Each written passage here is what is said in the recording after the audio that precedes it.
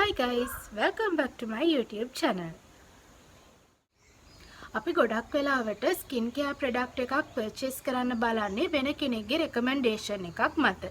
කෙනෙක් කිව්වොත් මේක පාවිච්චි කළා මට මේ වගේ රිසල්ට්ස් එකක් හම්බුණා කියලා අපි ගොඩක් වෙලාවට try කරනවා මේ ප්‍රොඩක්ට් එකම පර්චේස් කරලා අපිටත් ඒ ප්‍රශ්නෙම තියෙනවා නම් අපිත් ඒ ප්‍රොඩක්ට් එක පර්චේස් කරලා අපිට රිසල්ට්ස් එකක් එනවද නැද්ද කියලා බලන්න.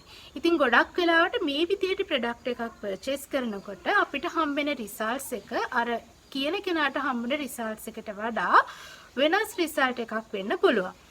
ඒකට ප්‍රධානම හේතුවක් වෙන්නේ අපි පර්චේස් කරන ප්‍රොඩක්ට් එක අපේ ස්කින් ටයිප් එකට මැච් වෙන්නේ නැති එක.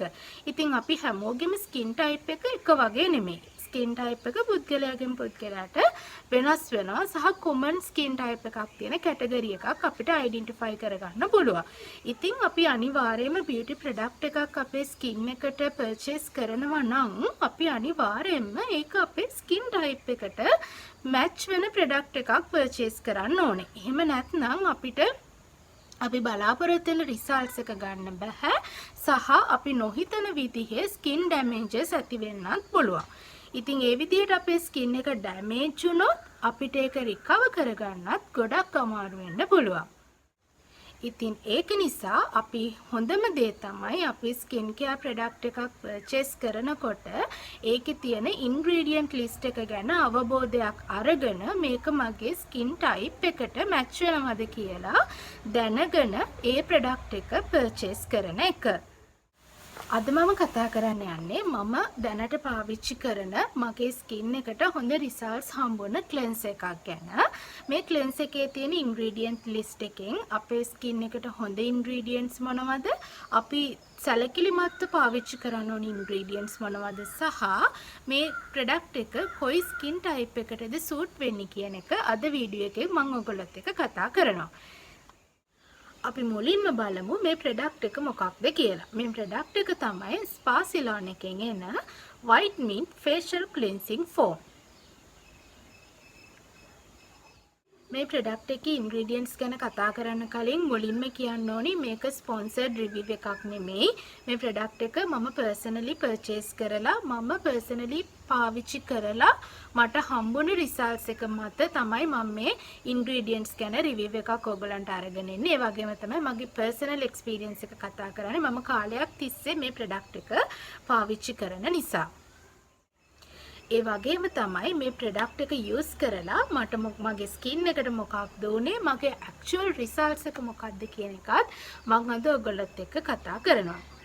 ඉතින් මම මේ ප්‍රොඩක්ට් එක පර්චේස් කරේ රුපියල් 4900ක් වගේ ප්‍රයිස් එකකට. මම ෆස්ට් ටයිම් එක පර්චේස් කරේ ස්පා සිලෝන් එකේ අවුට්ලට් එකක් විසිට් කරලා. මම මේ ප්‍රොඩක්ට් එක ෆස්ට් ටයිම් පර්චේස් කරන්න යනකොට මගේ මූණේ ඇක්ටිව් පිම්පල්ස් තිබ්බා. ඒ වගේම තමයි පිම්පල්ස් නිසා ඇති වුණ ඩාර්ක් මාර්ක්ස් උත් මගේ මූණේ තිබ්බා. ඊට අමතරව මගේ ස්කින් එකේ තිබ්බේ හරිම ඩල් ලුක් එකක්. ගොඩක් අනවශ්‍ය විදියට ස්කින් එක ඩ්‍රයි වෙලා තිබ්බා. ඒකට හේතුව මම ඒ වෙනකොටත් ඔයිලි ස්කින් එකකට පාවිච්චි කරන්න හොඳයි කියලා රෙකමන්ඩ් කරන ගොඩක් ප්‍රොඩක්ට්ස් පාවිච්චි කරලා තිබ්බ එක. මේ තියෙන්නේ මේ ප්‍රොඩක්ට් එකේ තියෙන ඉන්ග්‍රීඩියන්ට් ලිස්ට් එක. මම මේ ඉන්ග්‍රීඩියන්ට් ලිස්ට් එක 1 by 1 ඩිස්කස් කරන්නේ. හැබැයි මේක මේන් කැටගරි 3ක් යටතේ මම ඔයගොල්ලොත් එක්ක ඩිස්කස් කරනවා. පළවෙනි එක තමයි මොනවද හොඳ ඉන්ග්‍රීඩියන්ට්ස්. දෙවෙනි එක තමයි අපි දැනගෙන පාවිච්චි කරන ඕන ඉන්ග්‍රීඩියන්ට්ස් මොනවද සහ පොටෙන්ෂියල් කන්සර්න්ස් මොනවද කියන කැටගරි 3ට තමයි මම මේ ඉන්ග්‍රීඩියන්ට්ස් ලිස්ට් එක ගැන ඔයගොල්ලොත් එක්ක ඩිස්කස් කරන්නේ. අපි මුලින්ම බලමු මේ ඉන්ග්‍රීඩියන්ට්ස් අතරින් අපේ ස්කින් එකට යූස්ෆුල් ඉන්ග්‍රීඩියන්ට්ස් මොනවද කියලා. මේකේ තියෙන යූස්ෆුල් ඉන්ග්‍රීඩියන්ට්ස් තමයි ග්ලිසරින්, ඇලෝවේරා, කොකුම් බටර්, එතකොට මේකේ තව තියෙන ග්‍රීන් ටී, ඒ වගේම තමයි ලිකොරිස් සහ බෙයාබෙරිස් අන්තර්ගත කරලා තියෙනවා. ඉතින් මේවා තමයි අපේ ස්කින් එකට good result එකක් දෙන්න බලපාන ඉන්ග්‍රීඩියන්ට්ස්. අපි බලමු මේ ඉන්ග්‍රීඩියන්ට්ස් වලින් කොහොමද අපේ ස්කින් එකට හොඳ result එකක් හම්බෙන්නේ කියලා. අපි මුලින්ම කතා කරමු ග්ලිසරීන් ගැන. ග්ලිසරීන් කියලා කියන්නේ හියුමෙක්ටන්ට් එකක්. අපි සරලව කියවුවොත් ග්ලිසරීන් පාවිච්චි කරන්නේ අපේ ස්කින් එකේ මොයිස්චරයිස් එක කන්ට්‍රෝල් කරන්න. ඒකට තමයි ගොඩක් වෙලාවට ග්ලිසරීන් සපෝට් කරන්නේ.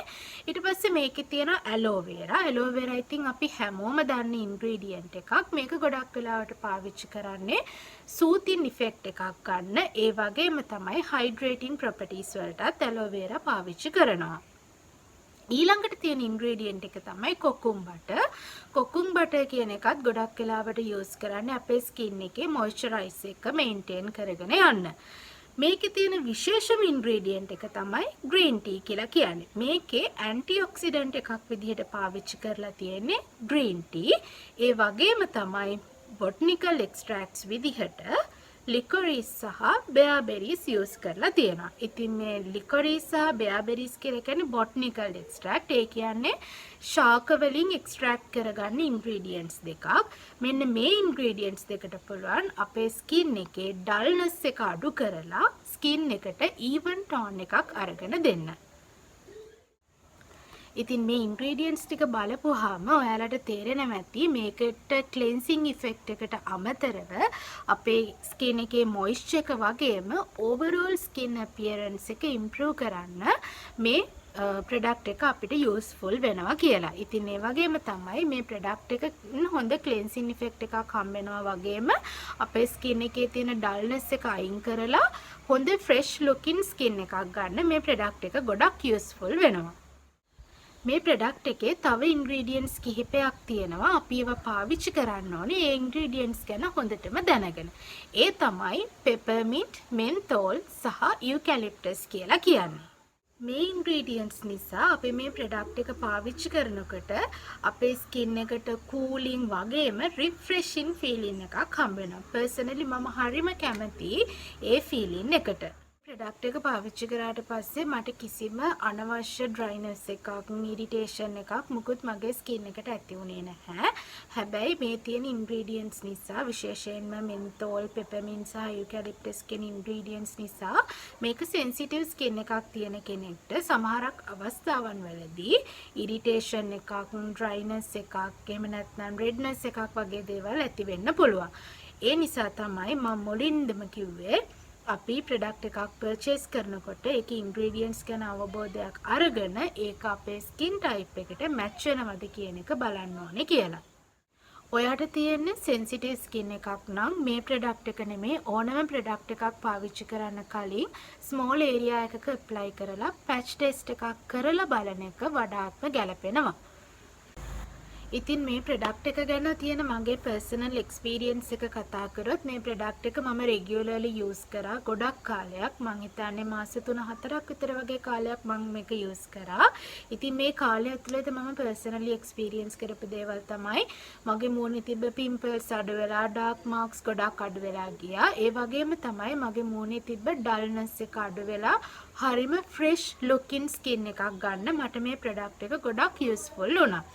හැබැයි මෙතන පොඩි සීක්‍රට් එකකුත් තියෙනවා. මම මේ ප්‍රොඩක්ට් එක තනියම යූස් කරේ නෑ. මේකත් එක්ක මම තව ප්‍රොඩක්ට්ස් දෙකක් යූස් කරා. සමහරක් විට මේ ප්‍රොඩක්ට්ස් තුනේම කම්බිනේෂන් එකකින් මට මේ රිසල්ට් එක හම්බුණා වෙන්නත් පුළුවන්. ඉතින් ඒ ප්‍රොඩක්ට්ස් දෙක ගැනත් මම වෙන වෙනම වීඩියෝස් වලින් ඔයගොල්ලොත් එක්ක කතා කරන්න තමයි ප්ලෑන් කරගෙන ඉන්නේ. ඒ වගේම තමයි මගේ කම්ප්ලීට් ෆුල් රූටීන් එක ඕනේ නම් ඔයගොල්ලෝ කමෙන්ට් එකක් දාගෙන යන්න. මම ඔයගොල්ලන්ට කම්ප්ලීට් රූටීන් එක අරගෙන එන්නම්. මට තිබ්බ පිම්පල්ස් සහ ඇක්නි මාක්ස් වලින් මම රිකවර් වුණේ කොහොමද කියන එක.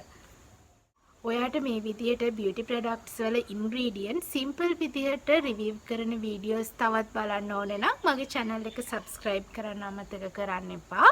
ඒ වගේම ඔයගලන්ට මොන හරි ඉන්ග්‍රීඩියන්ට්ස් රිවිව් වීඩියෝස් ඕන ප්‍රොඩක්ට් තියෙනවා නම් කමෙන්ට් එකක් දාගෙන යන්න. මම ඉස්සරහා වීඩියෝස් වලින් ඒ ගැන රිවිව් කරලා වීඩියෝස් ඔයගලන්ට අරගෙන එන්න බලාපොරොත්තු වෙනවා. හැමදාම වගේ මගේ වීඩියෝ එක අන්තිම වෙනකම් බලපු ඔයගොල්ලෝ හැමෝටම thank you so much. ඉතින් ආයි අලුත් වීඩියෝ එකකින් ඔයගොල්ලන්ව හම්බෙන්න එනකම් ඔයගොල්ලෝ හැමෝටම සුබ දවසක්.